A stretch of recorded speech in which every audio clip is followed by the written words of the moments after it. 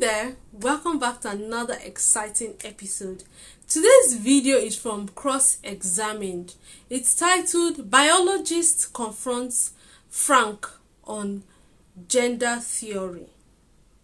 Biologist confronts Frank on gender theory.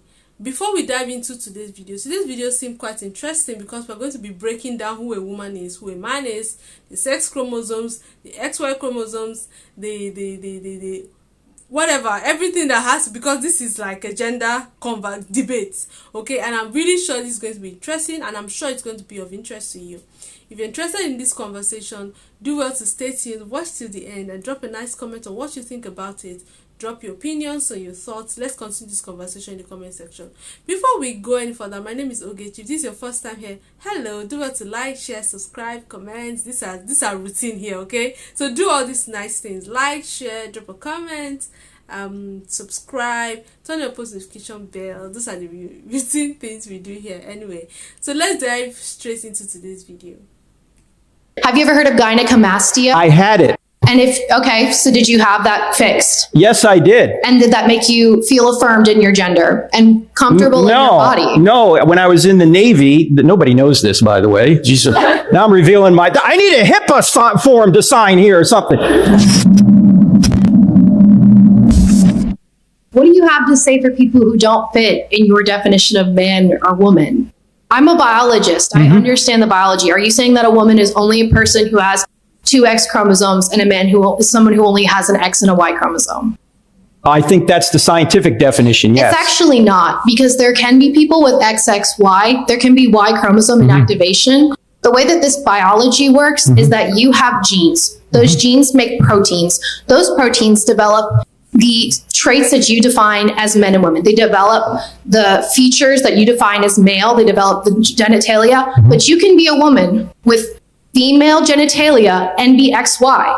You can be a man, but you can have XX chromosomes. Yeah, I understand what you're talking about, Grace. You're talking about a very rare condition known as intersexed. Right. 1 in 100 people experience chromosomal differences in sex. Okay, but not 1 in 100 have different genitalia or ambiguous genitalia. And what do you say to those people? Well, what you say is that's a situation that is not the norm.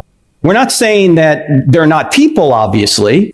As I understand it, maybe you know more about it than me, when you do have a truly intersexed person, at that point, either the parents or when they're old enough, they can decide which way they're going to orient themselves, and they can get the appropriate surgery. But that's not what we're experiencing in our culture. It's okay for people to decide their gender in that situation, but that's not what we're talking about in our culture. What we're talking about in our culture are people with perfectly normal functioning sexual organs trying to have them removed and trying to transition to another gender, which is impossible scientifically. Have you ever doubted that you're a man?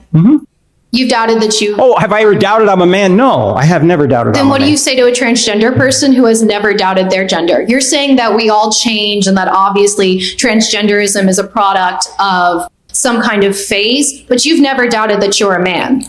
So no, where's your development of this change? Grace, I'm not denying there are people truly with gender dysphoria. I've already said that. What I'm saying is the way out of that problem is not surgery according to the data.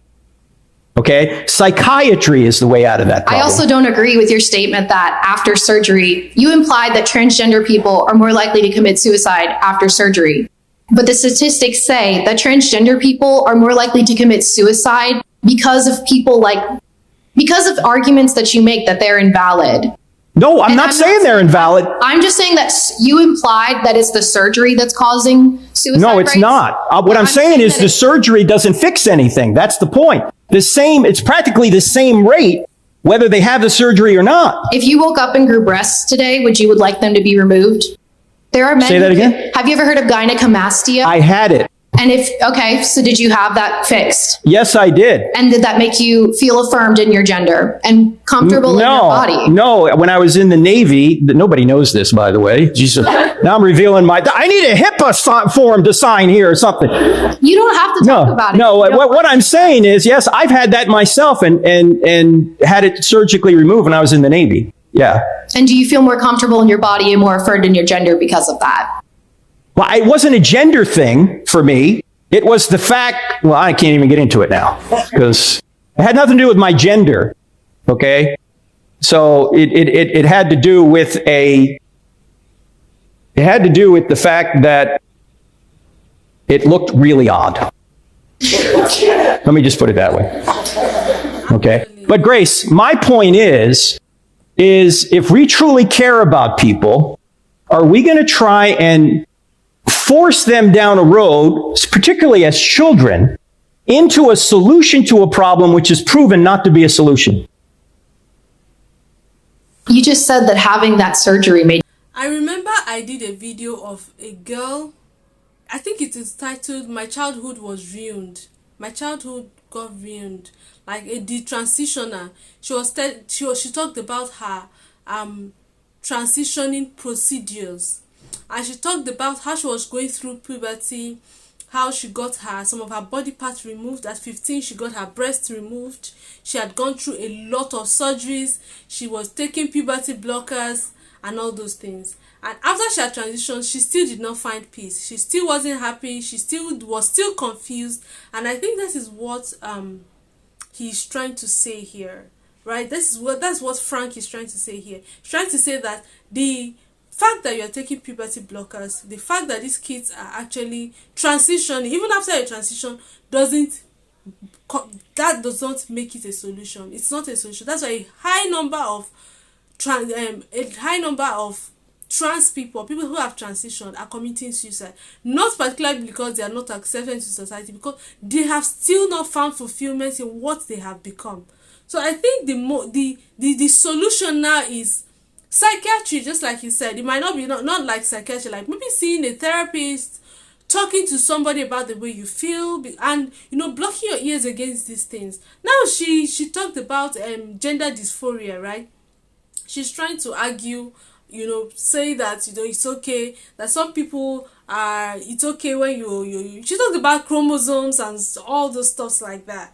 And yeah, but there's something called the gender dysphoria, which I think is a thing, but that doesn't mean that it is right. Just like I remember, I can't remember who was saying something like the fact a human being normally has 2 legs and 2 hands. Some people naturally are born with 1 leg. Some people are naturally born blind. Some people, doesn't make them non-humans. They're also humans, but that doesn't make it normal, right? Yes. So, but just let's continue and let's hear how made you feel better about yourself. That has nothing to do with transgender surgery. I wasn't changing my sex.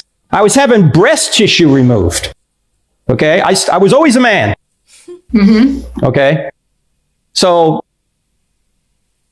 And say that I have XY chromosomes, but I'm born with female genitalia and female body types, but I believe I'm a man. Should I not be allowed to have that breast tissue removed? As an adult, you can do whatever you want. Yes, that's fine. My problem is with the children. That's where I'm having a real problem. Is there a magic button at 18 that instantly makes you feel like you know who you are and absolutely what your gender is? No, well, I think for women it's probably like 15. For men it's 37. To be honest with you, okay? Because men don't develop as quickly as women. Yeah. All right, but look. Absolutely, men don't develop as quickly. Men are still develop even till they're in their late 20s, but women develop faster. So I think my own concern, basically my own personal concern, is for the kids. Yeah, if you're an adult and that's what you want to become, that's fine. You will face the repercussion or whatever you see in front. You will face it. But as a child, I don't think children should be allowed to go through stuff. Let them grow. Let them understand. Let them see things themselves. Let them understand. Everybody went through puberty. Everybody went through. At some point, some of us were tomboys, right? But we had parents. We had good parents who was able to help us navigate that part. Yeah. So. Yeah, let's continue. But no, we've just chosen 18 kind of as the adulthood crossing point, although for some issues it's 21, like drinking, okay? So, no, maybe it's later than 18, okay? My big problem, and I would say this to somebody who's 37, that the surgery does not appear to help anyone. And if you want more data on this, you can go to sexchangeregret.com. Sexchangeregret.com. But I wouldn't even be talking about this issue unless I thought the current way the culture's going is hurting people. And it is. Why would I bring all this abuse on myself? I'd just like to say that I disagree. But Okay. thank you for talking to me. Thank you, Grace.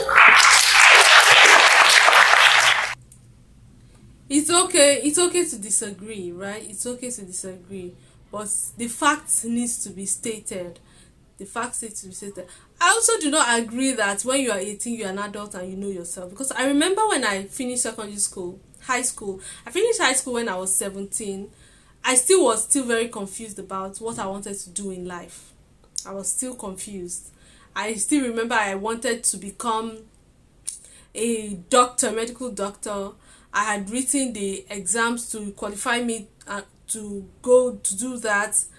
And even at 23, I still needed my parents to help me decide on certain things. I know of a friend who was a tomboy till after her university, till she met her husband, and then had to tone down a little bit. So I still think that, for like he said, 37, let's say 25, you can now decide to, okay, this is who I am, this is what I want to become, this is what I've become, this is what I am ready to face, whatever it is. And transitioning or going through surgeries, all of that doesn't solve the problem that you are facing. That's what Frank was trying to say, which I think is very correct. Let me know what you think about this. The biologist she didn't agree to a lot of what he was saying. She still, and it's okay to disagree. The most important thing is the harsh truth has to be said. Anyway, let me know your thoughts, your comments, drop your opinions on what you think about this conversation. Our kids need to be protected by all costs. Protect your kids. Be interested or be very intentional about raising your kids right. If not, if you don't raise them right, the society, TikTok, social media will raise them for you, and you don't want that. Anyway, let me know your thoughts, your comments, or what you think about this particular video. Do not forget to like, share, subscribe, and turn on post notification bell. I'll see you in my next episode. Bye-bye.